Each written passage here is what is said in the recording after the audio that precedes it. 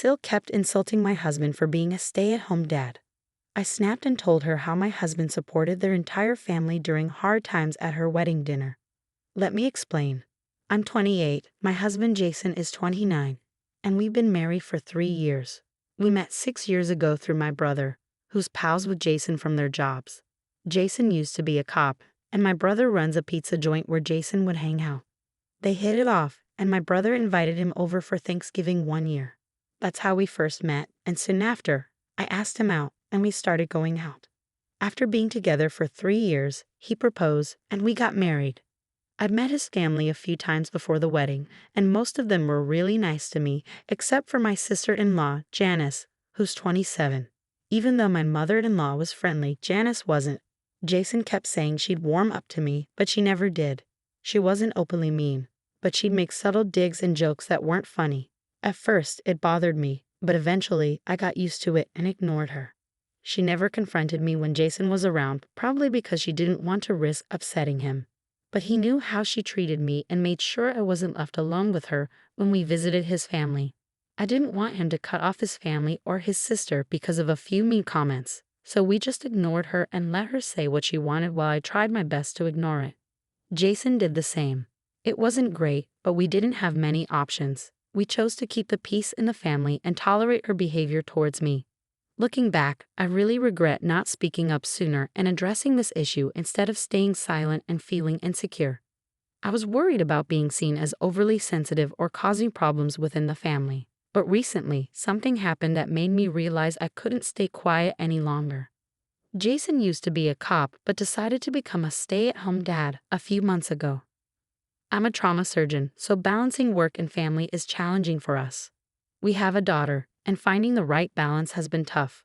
Both of us have demanding jobs, and we couldn't spend as much time at home as we wanted. We had daycare and our parents to help with our daughter, but it wasn't enough. We felt like we were missing out on being there for her as she grew up. So about a year ago, Jason and I had a serious talk about it.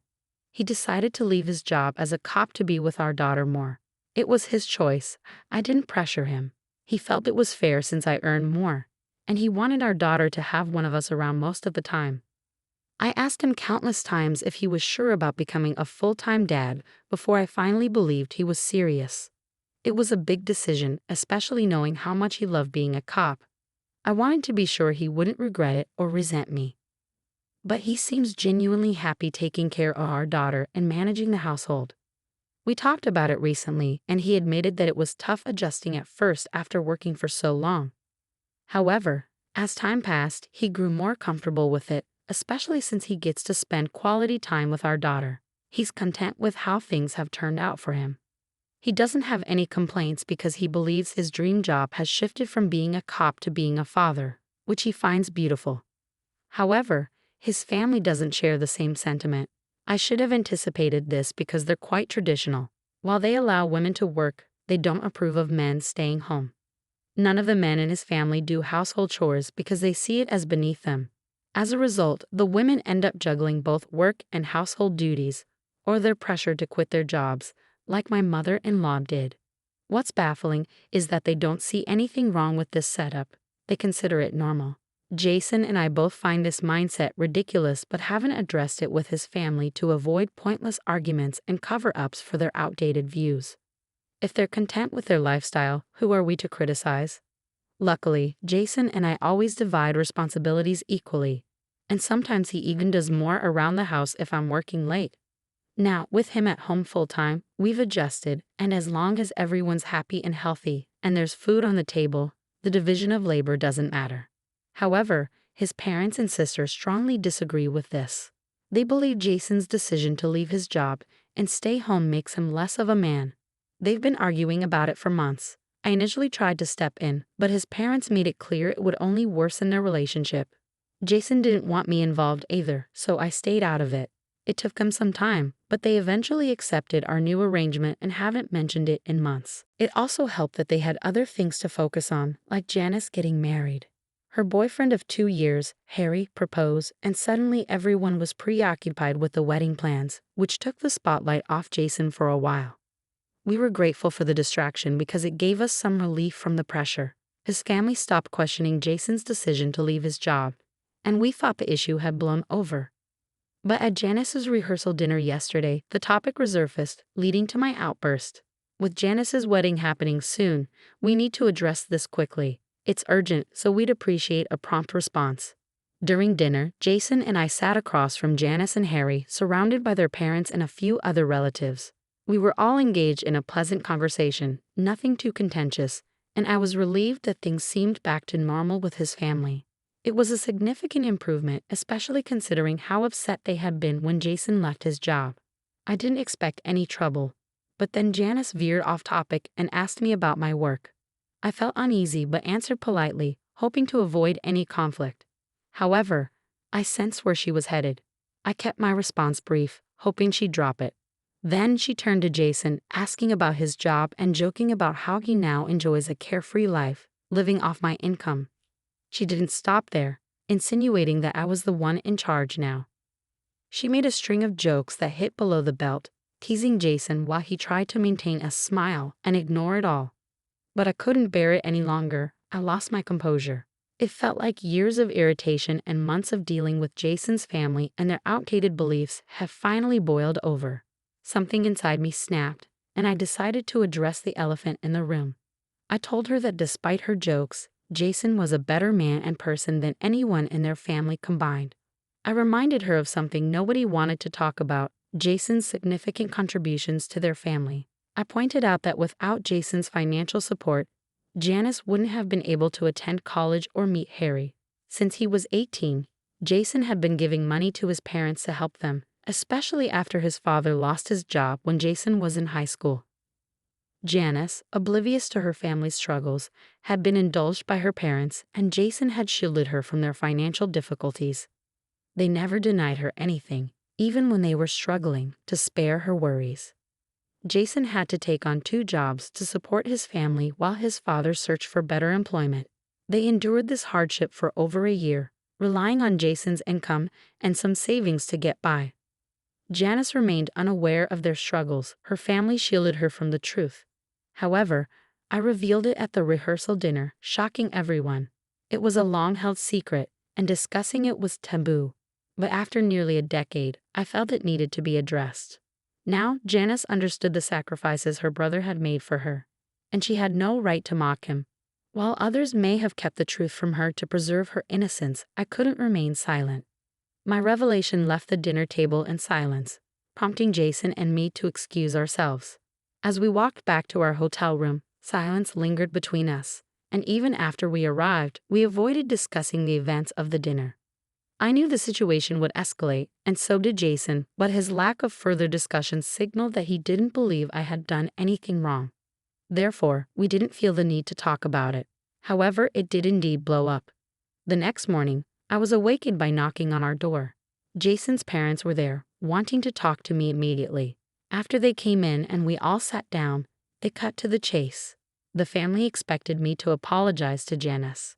They felt that what I had revealed at dinner had been kept from her intentionally, and it wasn't appropriate for me to disclose it. The mood of the evening had been ruined, they explained, as Janice was now miserable and couldn't stop crying, all because of what I had said.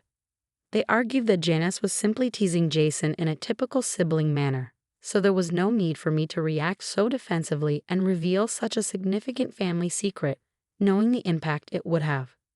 Janice now felt immense guilt, expressing how she had unknowingly burdened the family for years. She was in turmoil, repeatedly apologizing to her parents. This meltdown was precisely why they had shielded her from the truth all these years. They believed she was emotionally fragile and incapable of handling such revelations, a sentiment that seemed evident in her current state. Now, they expected me to apologize to Janice and the rest of the family for my outburst. They're also urging me to reassure her that my comments at dinner weren't meant to hurt her and to resolve this situation. I have until the end of the day to decide, but they want me to act before her wedding tomorrow. Luckily, there's a 1-day gap between the rehearsal dinner and her wedding due to some of her friends arriving today, giving me time to think. Jason believes I shouldn't apologize because I was simply defending him, and Janice has often treated me rudely, so it's justified retaliation without any regrets. I've been leaning towards this viewpoint myself, but with her wedding approaching, I'm hesitant to cause her further distress. While most of her family insists I owe her an apology, their opinion may be biased.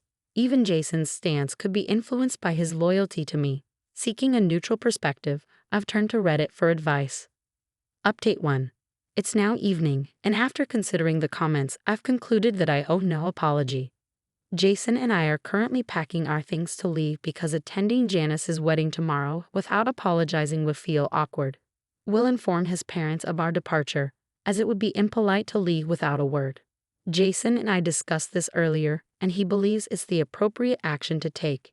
He feels Janice's past insensitivity and rudeness warrant consequences. He confided in me that dealing with his family had become increasingly challenging since he left his job. He had hoped for their support but instead felt undermined and criticized for prioritizing time with our daughter. We were aware of his family's outdated views on gender roles and chores, but we hoped they would change. However, they chose to cling to their traditional beliefs rather than adapt. If we decide to cut ties with them now, it's because of their lack of support.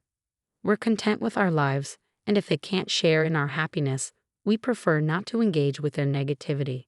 Their behavior over the past few months has been consistently critical and pessimistic towards our choices. So it's time for us to say goodbye to these individuals.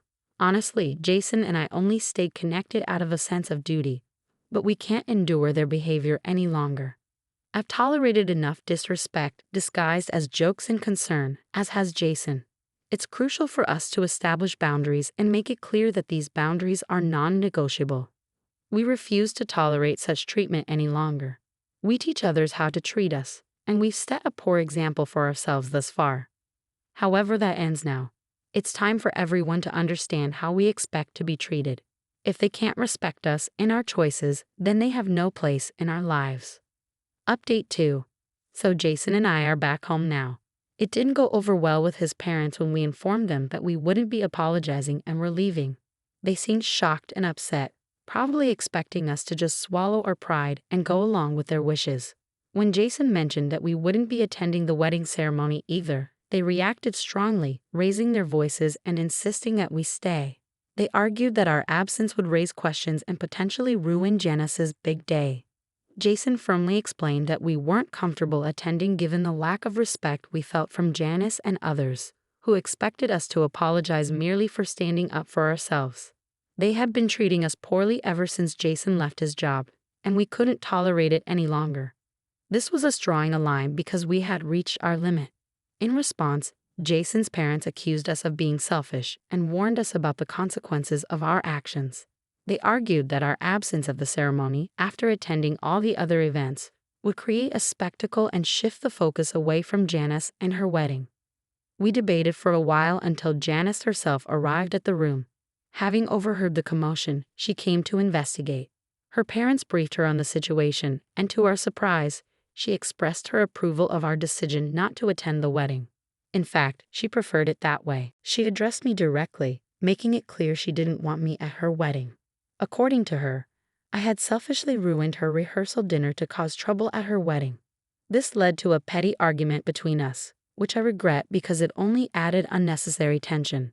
However, it provided us with an excuse to leave without further confrontation. They didn't try to stop us as we departed, which was a relief as we lacked the energy for another argument. We wished Janice well with her wedding, but we no longer wished to associate with her or Jason's parents. Reconciliation might be possible if they apologize, but I doubt that will happen anytime soon. For now, we're simply relieved to be home. We picked up our daughter from my parents' place on the way back, and Jason is currently playing with her while I write this update. Despite the turmoil, our family feels perfect just the way it is, and I won't let anyone convince me otherwise. Update 3. Hey everyone, it's been a day since the wedding. Although we weren't there, we've heard that our absence sparked a lot of discussion, mostly instigated by Janice herself. It's ironic that her parents feared our absence would draw attention away from her special day and focus on our conflict with Janice. However, Janice seemed to embrace the idea and made our absence a central topic of conversation. Some distant relatives who hadn't witnessed the rehearsal dinner incident heard all about it from Janice after the ceremony. It seems Janice couldn't resist stirring up drama and spent the entire day talking about our conflict. I can't say I'm surprised by her behavior. The downside is that now, Anyone outside the family is reaching out to Jason to inquire about the situation. Everyone wants to feel involved and uncover the truth. However, we've chosen not to entertain these inquiries. We have no interest in engaging with his family unless they apologize, which doesn't seem likely. Therefore, we're opting to stay out of the drama and let them handle their affairs. In our responses to texts, we've been deliberately vague to maintain the high ground and avoid unnecessary conflict. Engaging would only fuel further tension, and it's clear that Janice thrives on drama. We're aware that his family would relish any opportunity to criticize us, so we're opting to disengage. We've always avoided getting caught up in their drama, and we intend to continue doing so.